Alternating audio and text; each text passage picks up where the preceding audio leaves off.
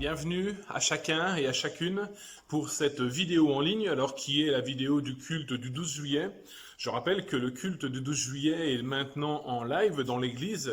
L'église est réouverte et donc nous avons dès aujourd'hui le culte en live, mais nous avons tenu quand même à pouvoir enregistrer ce message pour ceux qui malheureusement ne peuvent pas encore revenir dans le lieu de culte. Alors voilà, nous voulons vous partager au travers de cette vidéo le message qui sera prêché à l'église ce matin, afin que vous puissiez en bénéficier, afin que vous puissiez aussi entendre ce que l'Éternel dit à l'église et qu'on puisse garder quand même ce lien de communion, en tout cas pour que dès que possible nous puissions tous ensemble nous retrouver.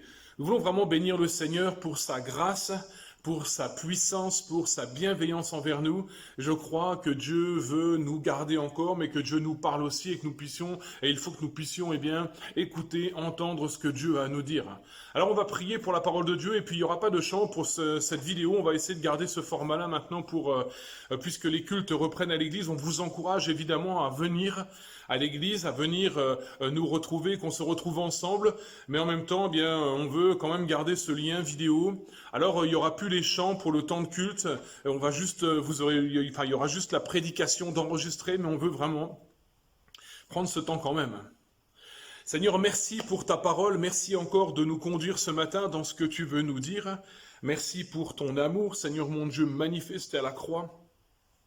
Merci pour, Seigneur, cette joie que nous avons de nous retrouver ce matin ensemble en présentiel, là, à l'église. Seigneur, bénis ceux qui regarderont aussi, Seigneur, cette vidéo, Seigneur, mon Dieu, à la maison, n'ayant pas la possibilité, Seigneur, ou la capacité de pouvoir, Seigneur, mon Dieu, se retrouver là, physiquement, avec nous. Seigneur, merci pour tout ce que tu vas faire, parce que tu es le Dieu, Seigneur, du miraculeux. Je crois que tu veux rétablir des situations. Je crois que tu veux encore parler à ton peuple. Je crois, Seigneur, que tu veux nous emmener plus loin, Seigneur. Merci encore pour ta sainte présence. Seigneur, merci pour qui tu es. Que ton nom soit glorifié, que ton règne vienne, que ta volonté soit faite encore dans nos vies, Seigneur. Permets-nous d'être droits avec toi, Seigneur, dans ta parole. Que ton nom soit glorifié, mon Sauveur et mon Dieu. Merci Jésus. Amen. Amen. Que le nom du Seigneur soit béni. Alors voilà, on va ouvrir la parole de Dieu ensemble ce matin directement avec ce message qui s'intitule « L'Éternel est ici ». Avoir la révélation que Dieu est présent pour nous en tout temps est un des grands piliers de la vie chrétienne. Amen. Jésus a dit lui-même en Matthieu 28, 20, « Et voici, je suis avec vous tous les jours jusqu'à la fin du monde. » Nous avons été déstabilisés un jour ou l'autre par l'absence d'un être cher ou par une personne sur qui on comptait et qui, pour finir, nous a laissé tomber à la dernière minute, peut-être, nous a abandonnés par peut-être la mort d'un proche. Je crois que pour sa stabilité émotionnelle, l'être humain a besoin de repères. Et l'un de ces grands repères est de pouvoir avoir une profonde relation de confiance, d'amour, de compréhension mutuelle et d'échanges sincères. Ce type de relation est cependant assez limité.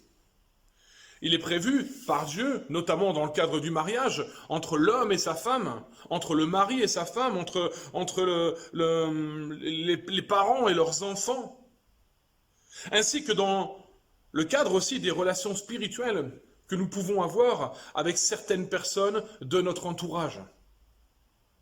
L'homme n'a pas été créé pour vivre seul, encore moins pour être livré à lui-même. Amen. Lorsque Dieu a créé Adam et Ève, il est évident, quand nous lisons le récit de la Genèse, qu'il venait leur rendre visite dans le jardin de manière régulière. Dieu avait donné à Adam la responsabilité de nommer chaque animal de la création. On peut lire ça dans Genèse chapitre 2, verset 19. Et cela nous montre qu'il y a toujours eu, dans le cœur de Dieu, un désir de collaboration et d'amitié entre lui et l'homme qu'il a créé. Dieu aime l'homme et il ne l'aime pas de loin, il l'aime de près. Amen. Malheureusement, et on le sait à cause de la chute, l'homme a perdu cette magnifique relation avec Dieu. Par son péché, il est devenu ennemi même de Dieu. Et s'est privé de ce qui lui donnait sa véritable identité, sa véritable valeur, c'est-à-dire la présence de Dieu dans sa vie. L'homme a besoin Eh bien de Dieu. L'homme a besoin de Dieu qui se veut un père aimant afin de lui donner des directives, des conseils et de l'aide dont il a besoin pour mettre à exécution les plans et les projets que Dieu a formés pour lui. Alors gloire soit rendue à Dieu de ce que cette relation a été rétablie en Jésus-Christ. Je le dis, Dieu est un Père aimant et parce qu'il nous aime, eh bien, il avait prévu une solution au péché de toute éternité. Un contrat avait été signé avec le Fils, ce contrat de la nouvelle alliance, afin que par la grâce de Dieu, eh bien, le Fils puisse venir prendre notre place à la croix, qu'il puisse venir, eh bien, porter nos péchés, nos fautes, tout ce qui nous séparait, tout ce qui nous éloignait de Dieu, tout ce qui nous avait rendus ennemis de Dieu. Et que par son sacrifice à la croix, sa mort et sa résurrection le troisième jour, eh bien, nous puissions être, pour nous qui avons embrassé la foi, pour nous qui avons accepté Christ dans notre cœur, pour nous qui lui avons laissé nos vies, pour nous qui lui avons laissé la première place dans nos cœurs, eh bien, que nous puissions être rétablis avec Dieu. Que son nom soit béni. Quand l'Éternel fit sortir le peuple d'Israël d'Égypte, il marchait au milieu de son peuple dans le désert. Dieu était présent avec son peuple. Malheureusement, par son idolâtrie et ses nombreuses désobéissances, le peuple d'Israël s'est finalement privé de la présence de Dieu, car Dieu est un Dieu 3 fois saint qui ne supporte pas le péché. Nous trouvons dans la parole de Dieu une des révélations de Dieu, un nom, ce qu'on appelle les noms de Dieu. Ce nom, c'est Jéhovah Shammah, qui veut dire « l'Éternel est ici ». Nous trouvons ce passage dans le livre d'Ézéchiel au chapitre 48, verset 35, où il est dit « Dès ce jour, le nom de la ville sera « l'Éternel est ici ». Ce verset se réfère au millénium, c'est-à-dire au règne de Jésus-Christ qui va durer 1000 ans et qui est annoncé à différentes reprises dans l'Ancien comme dans le Nouveau Testament. C'est le Seigneur de gloire qui va venir régner dans la Jérusalem céleste. C'est écrit notamment dans l'Apocalypse. Dans son livre, le prophète Ézéchiel va décrire plusieurs visions terrifiantes que l'Éternel lui a fait connaître pour l'avenir. Une grande partie de ces visions se réfère au fait que la gloire de Dieu, ce qu'on appelle la Shekinah, s'est retirée du temple à cause du péché et de la désobéissance du peuple de Dieu. Tandis que la gloire de Dieu s'éloignait du temple, des jugements terribles commencèrent à s'abattre sur le temple, sur la cité et sur tout Juda. Je rappelle que c'est cette période où Juda est parti en captivité à Babylone. Et d'ailleurs, Ézéchiel va être un prophète en captivité et il va prophétiser ces choses. Il va avoir ses visions lorsqu'il est à Babylone en captivité et ses visions pour Juda. Il y avait bien des années que le prophète avertissait le peuple d'un jugement à venir, mais malheureusement, comme le prophète Jérémie en son temps, ces avertissements n'ont pas été pris au sérieux. Parce qu'il y avait aussi de faux prophètes qui, eux, prophétisaient à l'opposé du message de Dieu. Alors que Ézéchiel et Jérémie prophétisaient ce que Dieu leur disait, c'est-à-dire qu'ils mettaient en garde le peuple à cause de leur désobéissance, à cause de leur péché, la gloire de l'Éternel s'en allait, et ce peuple allait partir en déportation. D'autres prophètes disaient, mais non, Dieu est là et on va être en paix, on va être dans l'abondance, il va y avoir de la délivrance.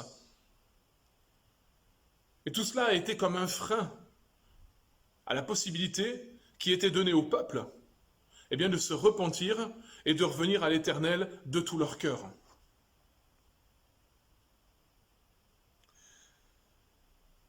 Ézéchiel et Jérémie sont contemporains. Alors qu'Ézéchiel va prophétiser à Juda quand il est en captivité à Babylone, dans le même temps, les mêmes mots résonnent dans la bouche de Jérémie, mais lui à Jérusalem. Je répète, c'est alors qu'il est captif que les cieux vont s'ouvrir et qu'Ézéchiel va recevoir la première vision. On lit ça dans Ézéchiel chapitre 1, verset 1. Alors que pendant le même temps, le même message résonne à Jérusalem dans la bouche de Jérémie.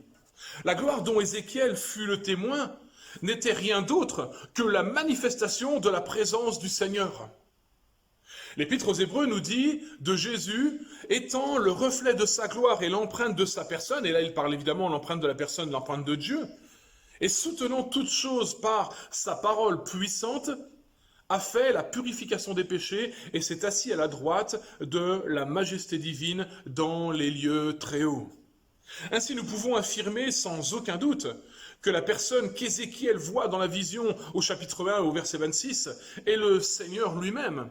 Toutes les fois où Dieu a voulu se révéler publiquement, il l'a fait sous forme humaine au travers de Jésus-Christ. On nous parle souvent et on parle souvent de l'ange de l'Éternel dans l'Ancienne Alliance. Au chapitre 10, verset 4 du livre d'Ézéchiel, nous voyons clairement que la gloire de Dieu est sur le départ. Elle est maintenant sur le seuil de la maison. Dieu veut retirer sa gloire de son peuple et la gloire de son temple.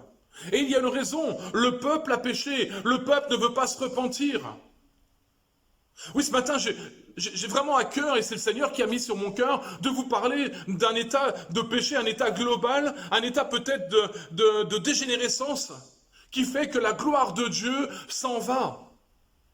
Que la gloire de Dieu n'était plus là, et vraiment j'étais inspiré dans ce texte du livre d'Ézéchiel, parce que la gloire de Dieu va s'en aller du temple, et on voit toute cette démarche au travers de la vision que Dieu donne à son prophète.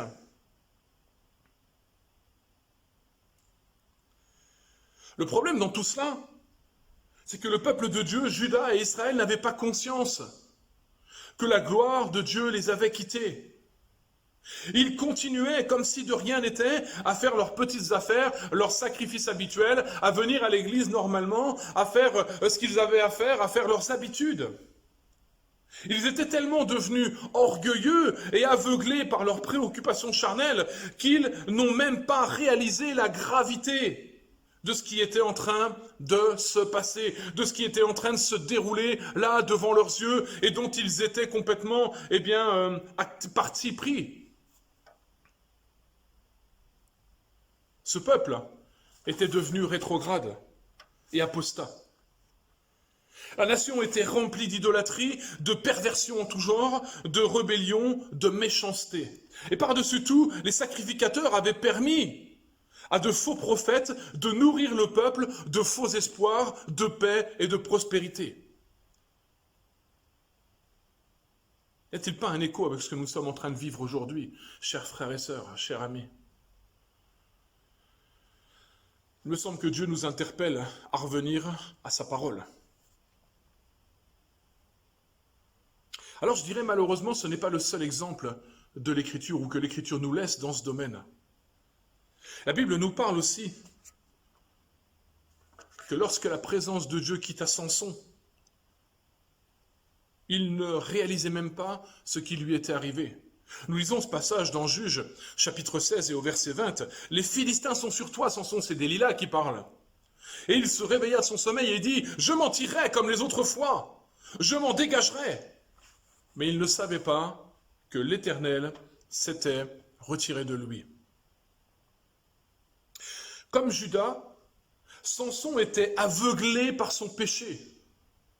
En dépit de celui-ci, il croyait qu'il pourrait continuer à bénéficier de la présence et de la puissance de Dieu dans sa vie.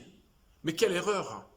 Comment croire qu'aujourd'hui encore, Dieu peut nous agréer quand notre vie n'est pas claire, quand notre vie n'est pas au diapason de sa parole, quand nous vivons dans le mensonge, quand nous vivons dans l'accusation, quand nous vivons dans des choses qui ne sont pas les choses de Dieu, dans les choses que Dieu rejette? Comment pouvons-nous croire encore aujourd'hui que Dieu va nous agréer?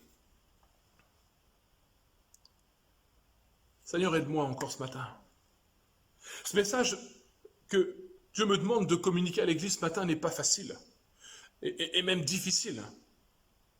Mais je dirais, n'est-ce pas l'image de beaucoup d'églises aujourd'hui qui sont tombées dans la tiédeur, dans l'apathie, dans la superficialité, dans la mondanité même parfois.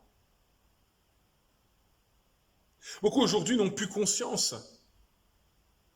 que leur péché à répétition a fini par faire fuir la gloire et la sainte présence de Dieu au milieu d'eux. Chers frères et sœurs, il en est de même sur le plan personnel. Il me semble que beaucoup aujourd'hui sont assis sur les genoux de leur Dalila, désobéissant à la parole de Dieu, se laissant endormir par l'adversaire de nos âmes, qui leur fait croire qu'ils sont toujours agréés par Dieu.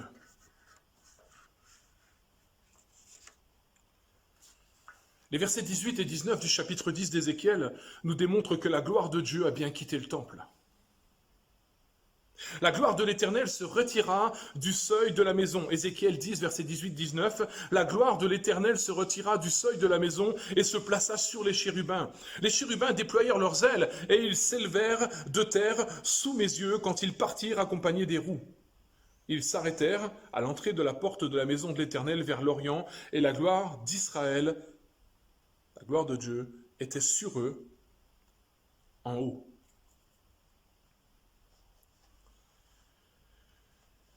Le fait que la gloire de Dieu s'arrêta à la porte de la maison semble suggérer une hésitation de la part de Dieu à quitter son temple, à quitter son peuple, à retirer sa gloire.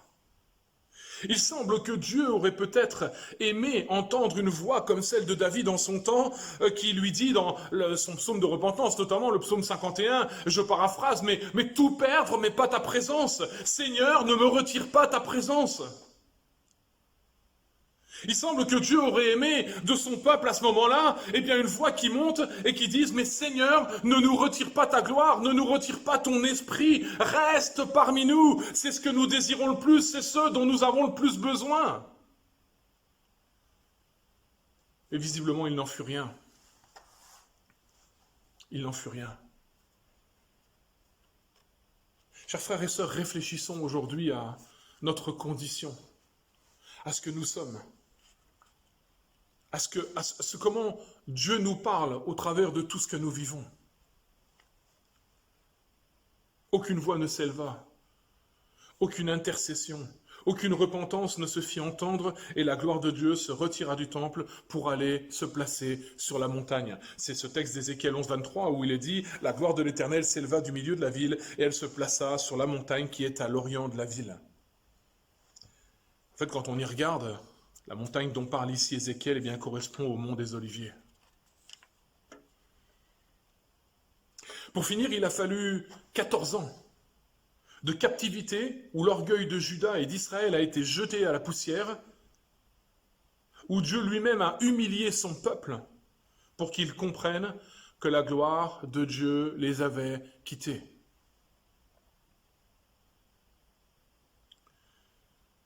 Je parlais de l'Éternel Shama, Jéhovah Shama, l'Éternel est ici. Je pose la question ce matin, je nous pose la question ce matin, chers frères et sœurs, chers amis, chère Église, est-ce que l'Éternel est ici? Est-ce que l'Éternel marche encore avec nous de manière personnelle? C'est-à-dire quand je parle de est-ce que l'Éternel est ici, c'est est-ce qu'il est ici dans notre assemblée, dans notre mouvement, dans notre rassemblement, dans nos convictions, mais est-ce qu'il est aussi encore avec moi personnellement? Est-ce qu'il est encore aussi avec vous personnellement? Est-ce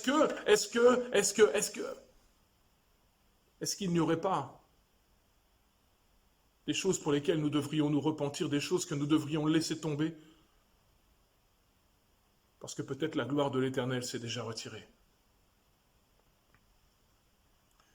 1 Corinthiens 3, verset 16, et je raccroche maintenant toute la vision d'Ézéchiel à nous, mais 1 Corinthiens 3, verset 16 nous dit « Ne savez-vous pas que vous êtes le temple de Dieu et que l'Esprit de Dieu habite en vous ?»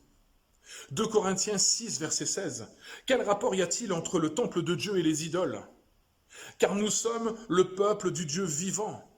Comme Dieu l'a dit, j'habiterai et je marcherai au milieu d'eux, je serai leur Dieu et ils seront mon peuple.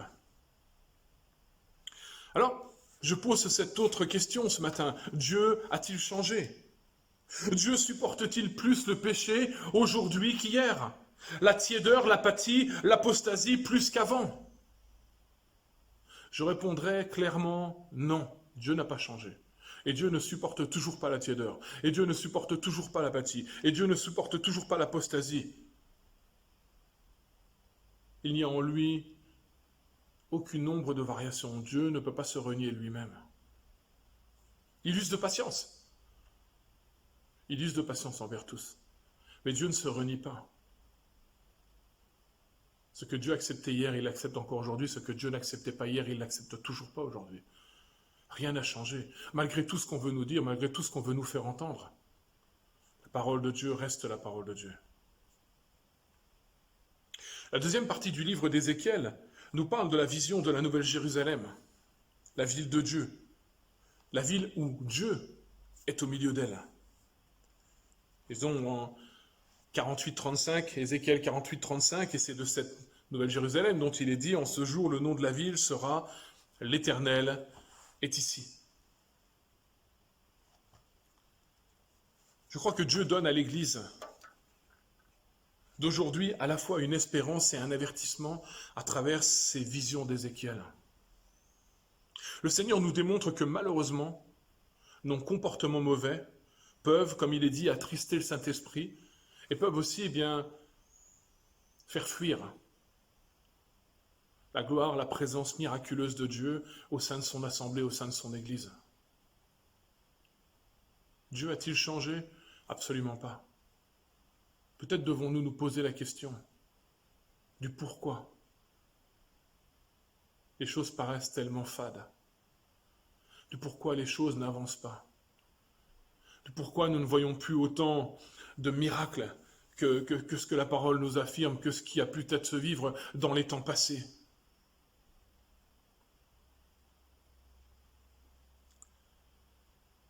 Je lis ce texte d'Éphésiens chapitre 4, versets 17 à 32, où l'apôtre Paul parle de cette situation d'attrister le Saint-Esprit.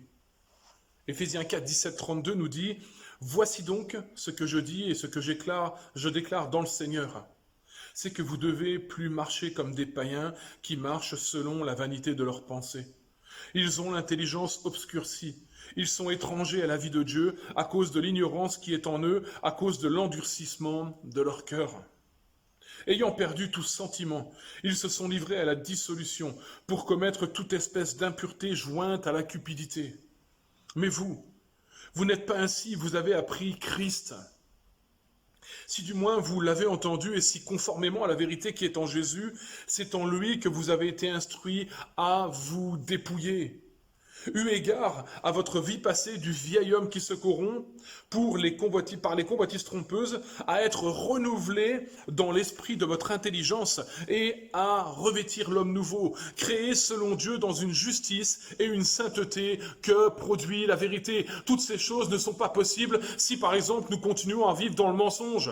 Si dans notre couple ou dans notre foyer, nous faisons des choses sans même que notre époux, notre épouse les sache, si nous continuons à mentir de manière volontaire, il n'est pas possible que la gloire de Dieu soit là. L'apôtre Paul continue, verset 25, « C'est pourquoi renoncez au mensonge et que chacun de vous parle selon la vérité à son prochain, car nous sommes membres les uns des autres. » Une petite vidéo dernièrement sur les uns les autres. Verset 26, « Si vous vous mettez en colère, ne péchez point. Que le soleil ne se couche pas sur votre colère. Ne donnez pas accès au diable, que celui qui dérobait ne dérobe plus, mais plutôt qu'il travaille en faisant de ses mains ce qui est bien, pour pouvoir avoir de quoi donner à celui qui est dans le besoin. » Verset 29, « Qu'il ne sorte de votre bouche aucune mauvaise pensée et parole. Mais s'il y a lieu, quelques bonnes paroles qui servent à l'édification, et communique une grâce à ceux qui l'entendent. » Verset 30. « N'attristez pas le Saint-Esprit de Dieu par lequel vous avez été scellés pour le jour de la rédemption. » Que Dieu soit béni. Le Seigneur vient chercher son Église, mais soyons prêts, chers frères et sœurs. Verset 31. « Que toute amertume, toute animosité, toute colère, toute clameur, toute calomnie et toute espèce de méchanceté disparaissent du milieu de vous. Soyez bons les uns envers les autres, compatissants, vous pardonnant réciproquement, comme Dieu vous a pardonné en Christ. » Il me semble qu'en lisant ce passage, et en essayant de l'appliquer à nos vies, en essayant de mettre en parallèle tout ce qui est dit là et tout ce que je vis moi, on peut comprendre parfois que peut-être la gloire de Dieu s'est retirée. Et il me semble qu'il y a un vrai appel à la repentance. Il me semble qu'il y a un vrai appel au retour à Dieu de tout notre cœur. Si nous voulons voir la gloire de Dieu de nouveau être là, si nous voulons voir la gloire de Dieu se manifester au milieu de nous, non seulement dans nos vies personnelles, mais au milieu de nos rassemblements, de nos réunions, si nous voulons voir la gloire de Dieu couvrir son Église, l'Église de Jésus-Christ,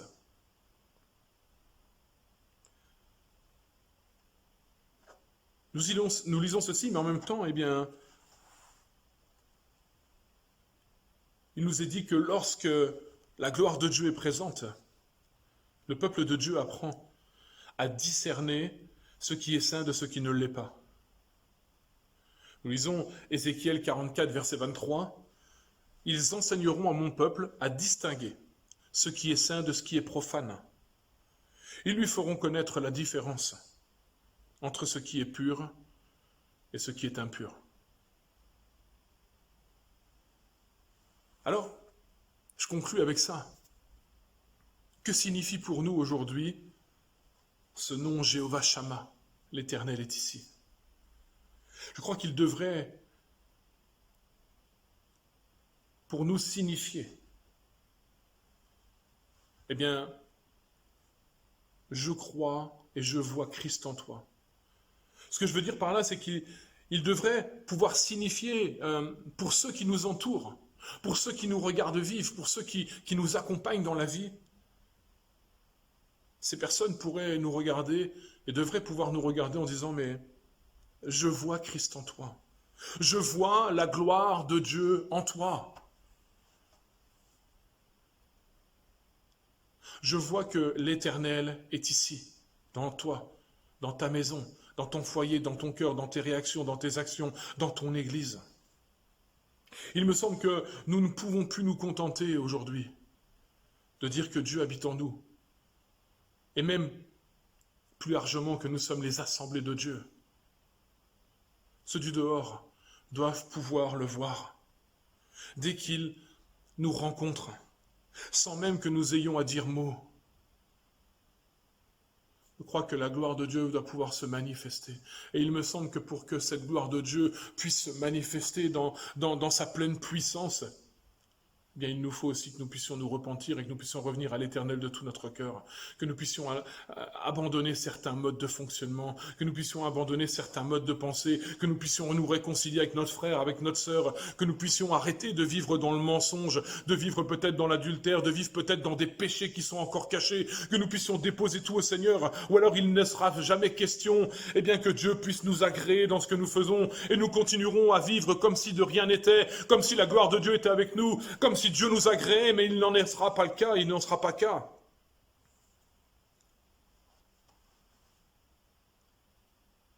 Je crois que ce n'est pas utopique, mais réellement possible. Si nous acceptons de tout laisser entre les mains de Dieu, d'abandonner toutes sortes de compromis et tout ce qui ne convient pas à la sainteté, tout ce qui ne convient pas à la maison de Dieu, comme il est écrit dans la parole. Et que vraiment nous puissions, eh bien, laisser à Dieu toute la place et laisser la possibilité à l'Éternel notre Dieu de reprendre toute sa place. J'aimerais vraiment que le Seigneur puisse parler à nos cœurs au travers de tout ça. Que nous puissions réfléchir à là où nous en sommes arrivés. Traversons toute une période très compliquée. Tous les modes de fonctionnement ont été mis à terre, mis à sac. Nous avons été obligés de réfléchir. Nous avons été obligés de nous tenir devant Dieu. Et évidemment, Dieu a parlé. Et il me semble que ce matin encore, Dieu parle à son peuple. Dieu parle à son Église. Pas spécialement au travers de Michaël, parce que c'est Michaël qui prêche. Oubliez Michaël. Mais que nous puissions écouter la parole de Dieu. Parce qu'il me semble qu'il y a ici un avertissement du Seigneur encore. On va prier, on va remercier le Seigneur pour sa parole et je vous invite vraiment à une réflexion profonde dans les jours, dans les semaines qui viennent. Évidemment, il y aura d'autres messages qui vont arriver, nous allons continuer à prêcher, nous allons continuer à vivre l'Église, mais personnellement, je vais, en tant que pasteur de cette Église, continuer à vivre l'Église et à essayer d'enseigner, mais sur ce modèle-là, sur cette réflexion-là. Seigneur, comme on l'a On chantait parfois, il y a quelques années, ce petit chant, Seigneur, que ta gloire revienne dans l'Église. Je crois que Christ est là. Et je crois que la pleine puissance, la vie de l'Esprit, les dons de l'Esprit ne peuvent pas se manifester. Parce que c'est bien parce que simplement il y a du péché au milieu de nous. Parce que nous ne sommes pas comme Dieu désire que nous puissions être. Parce qu'il y a des choses pour lesquelles nous devons nous repentir. Et nous devons revenir à Dieu tout notre cœur. La gloire de Dieu a quitté le temple du temps d'Ézéchiel. Et alors que certains disent, oui, mais aujourd'hui nous sommes sous la grâce, ça c'était l'Ancien Testament, je dis clairement et profondément que Dieu n'a pas changé. Que Dieu est toujours le même. Et que Dieu ne supporte toujours pas le péché, l'apostasie, l'apathie. Toutes ces choses, Dieu les rejette. Et faisons attention que Dieu ne nous rejette pas non plus avec. Nous avons la foi en Jésus-Christ et nous sommes sauvés par le sacrifice parfait de Christ à la croix, c'est vrai. Et Jésus dira aussi, à travers de Jean dans l'Apocalypse, celui qui persévérera jusqu'à la fin sera sauvé. Et persévérera, c'est quoi? C'est persévérer dans l'enseignement des apôtres. C'est persévérer dans ce que la Bible elle nous enseigne. C'est tenir compte des avertissements que Dieu nous donne. C'est réformer nos vies. Alors que le Seigneur nous fasse grâce, chers frères et sœurs, à nous tous ensemble, pasteurs ou pas pasteurs, chrétiens, disciples, Église, que nous puissions réfléchir ensemble, peut-être au pourquoi nous traversons toutes ces choses. Et pourquoi l'Église d'aujourd'hui semble tellement endormie. Que le Seigneur nous fasse grâce. Seigneur, merci pour ta parole. Merci parce que ta parole, c'est la vérité. Merci parce que tu nous fais du bien. Merci parce que tu nous environnes. Merci parce que tu nous parles encore aujourd'hui, Seigneur mon Dieu. Et Seigneur, je veux entendre ta voix. Personnellement, je veux écouter ta voix. Seigneur, merci pour ta parole qui est la vérité, ta parole qui nous met en garde, ta parole qui nous reprend, qui nous exhorte, qui nous conduit. Seigneur, que l'on puisse dire au sein de notre assemblée, dans nos vies personnelles, l'Éternel est ici. L'Éternel est au milieu de ce peuple, l'Éternel est au milieu de cette assemblée, l'Éternel est au milieu de cet homme, de cette famille, de ce foyer, de ce couple. Seigneur, fais-nous grâce. Seigneur, je me repens personnellement, Seigneur, de mes manquements, de mes fautes, de mes péchés, de mes ratés. Seigneur, réforme ma vie encore. D'une manière toute particulière, Seigneur, afin que ta gloire puisse se manifester. Seigneur, je prie pour chacun, chacune ce matin, que nous ayons le courage, la force, l'audace, Seigneur mon Dieu, bien, de revenir à toi de tous nos cœurs. Que nous puissions remettre, Seigneur mon Dieu, bien, les choses en place, en nous-mêmes, et dans nos foyers, dans nos couples, dans nos églises. Seigneur, à toi soit la gloire. Manifeste ta gloire de nouveau, Jésus. Prie ce matin au nom de Jésus-Christ encore. Amen. Amen. Voilà, soyez bénis dans le nom du Seigneur. Que vraiment le Seigneur nous donne de pouvoir réfléchir à tout ça et que nous puissions faire le nécessaire, écouter la parole de Dieu. On se donne rendez-vous pour ceux qui voudraient nous rejoindre dimanche prochain. Dimanche prochain, à l'église encore, un culte à 10h, de 10h à 11h30. Et nous serons vraiment dans la joie de pouvoir tous nous retrouver encore. Il me reste à vous souhaiter une bonne semaine, bon courage, et portez-vous bien encore. Soyez fortifiés et encouragés en Jésus-Christ notre Sauveur. Voilà, bonne fin de journée et à bientôt.